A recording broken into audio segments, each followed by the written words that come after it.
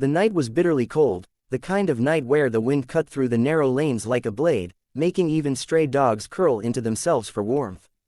Under a flickering street lamp, a young boy named Arav crouched in the shadows, his thin frame shivering against the icy air.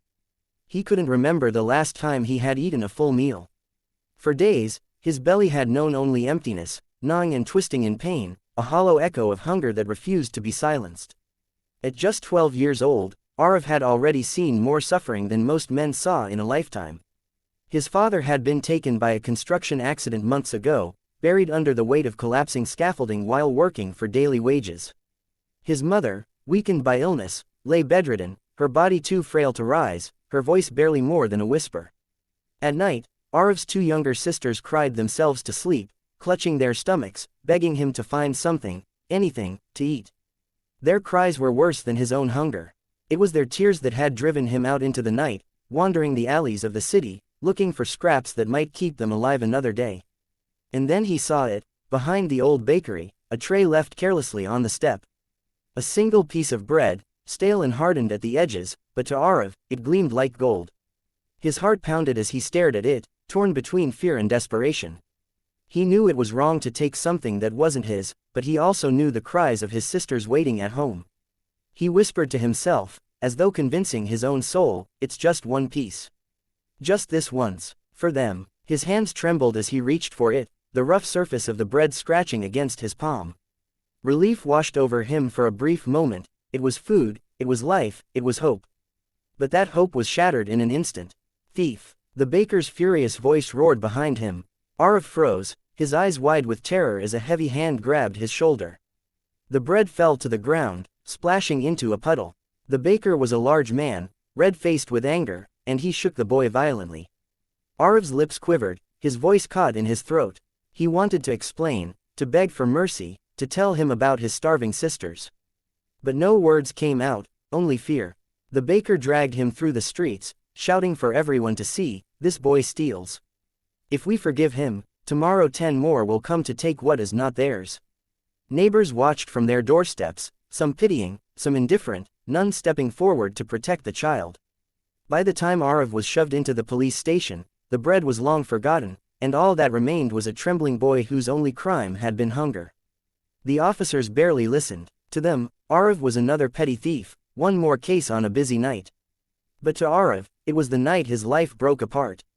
What began as a desperate act to save his sisters became the mark of shame that would follow him forever. He was not given a chance to explain, not given compassion, not given understanding. Just a sentence, time in juvenile detention. As the iron gates closed behind him, Arav looked back one last time, the taste of bread he never got to eat still burning in his throat. He did not know it then, but that single piece of bread had just written the first line of a tragedy that would haunt him for years. Friends, if this story touches your heart, please like this video, share it with someone who believes in second chances, and subscribe to Kindness Speaks for more heartfelt tales. The first time Arav stepped inside the juvenile detention center, the air itself felt hostile. The walls were tall and suffocating, painted in peeling gray, their silence broken only by the clang of iron doors and the occasional scream echoing from a distant corridor. For a boy of 12, thin and fragile, it was like being thrown into a pit with wolves. He had imagined punishment would be scolding, maybe a short stay until someone realized he was just a hungry child. But what awaited him inside was a world where innocence had no place and kindness had long since died. The other boys in the detention block were older, rougher, and hardened by the same system that had now claimed him. Some had scars across their faces, others had the eyes of men twice their age, eyes that had seen nothing but violence. To them, Arav was not a child but fresh prey. The first night, they mocked his frail body, pulled away his thin blanket, and left him shivering on the cold floor. Days turned into weeks, and he learned that the only way to survive was to fight back. His small fists grew stronger, his voice louder, his eyes colder. Instead of learning right from wrong, Arav was taught the rules of survival. Trust no one, show no weakness, strike before you are struck. The guards offered no protection, treating the boys as animals rather than children. Beatings were common, punishment came without reason, and every night Arav lay awake staring at the ceiling, wondering how stealing a piece of bread had led him here. His sisters' faces would appear in his dreams, their cries echoing, but the mornings always brought back the reality of iron bars and bloodied knuckles. By the time Arav turned 18, he had grown into someone unrecognizable.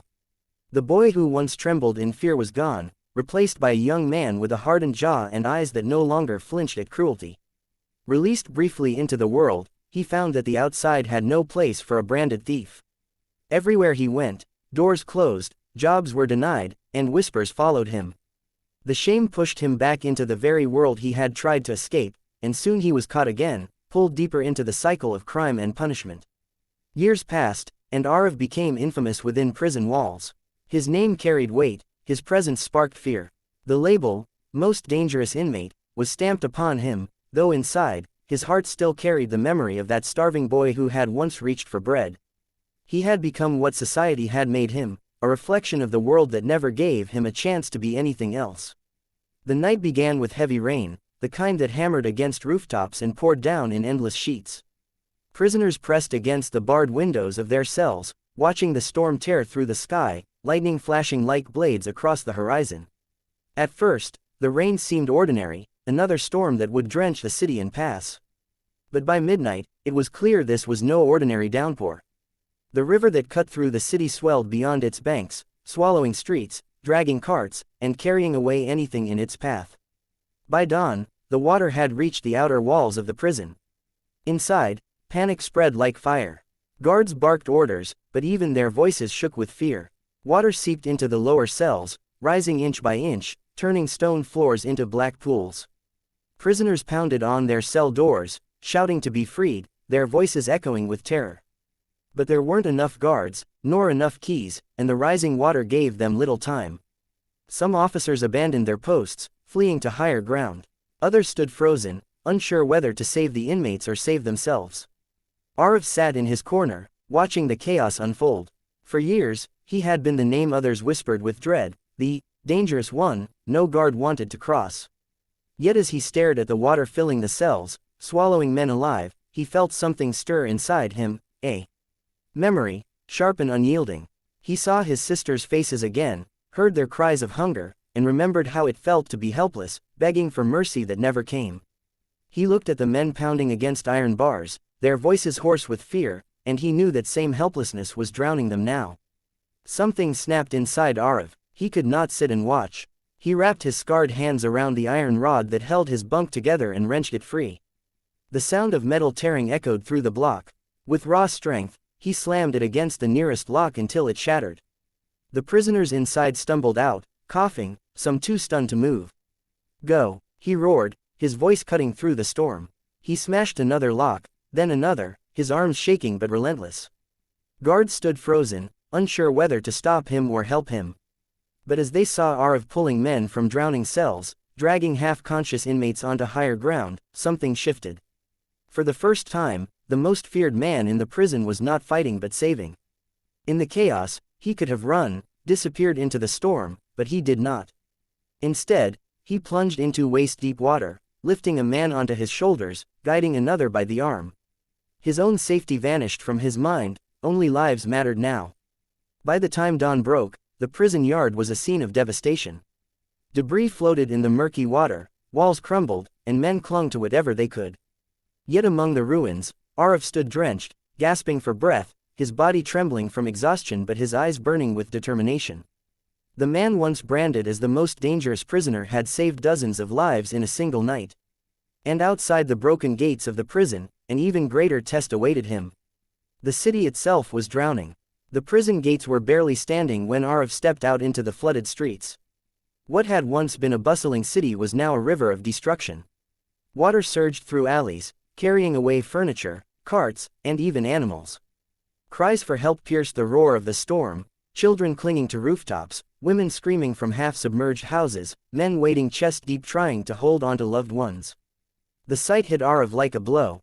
For years, he had known pain inside walls, but here was suffering on a scale that dwarfed his own. He could have turned away, escaped into the chaos, vanished as a fugitive. But something inside him refused. For the first time in his life, freedom meant not running, but staying, fighting, saving. He plunged into the current without hesitation.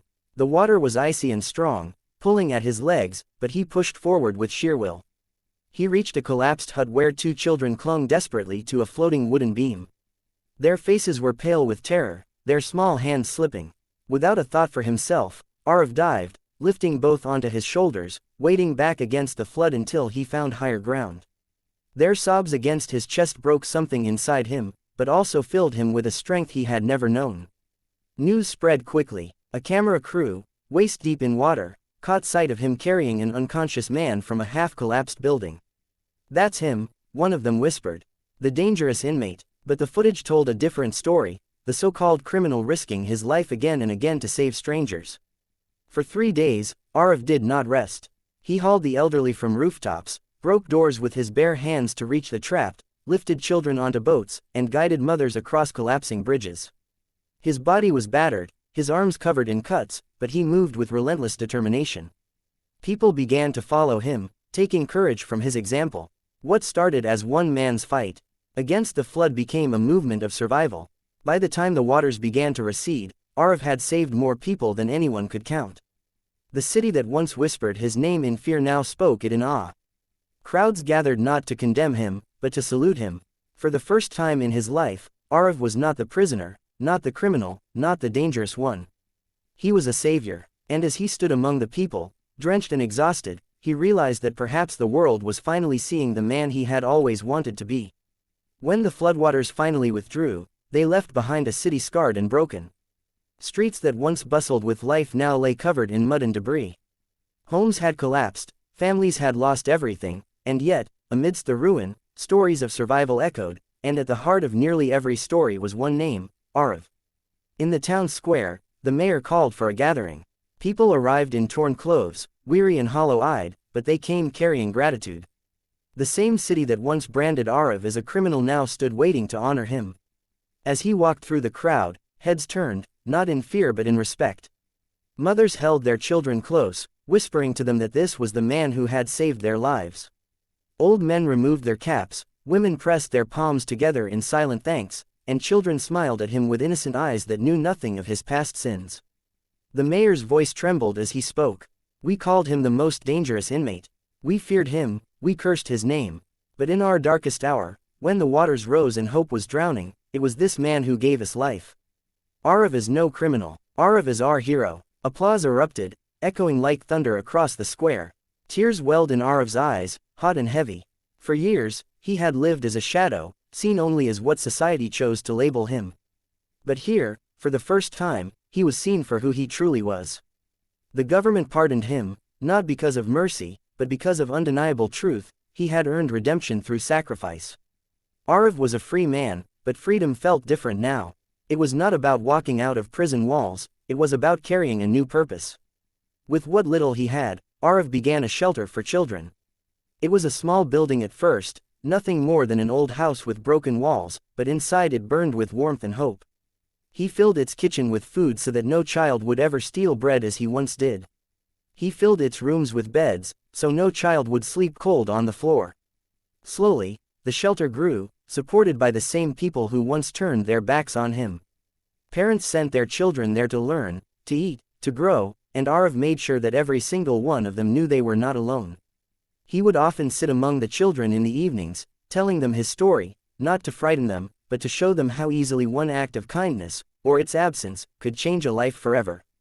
"I was punished for stealing bread," he would say softly, "but if someone had given it to me that night, I might have never walked into the darkness."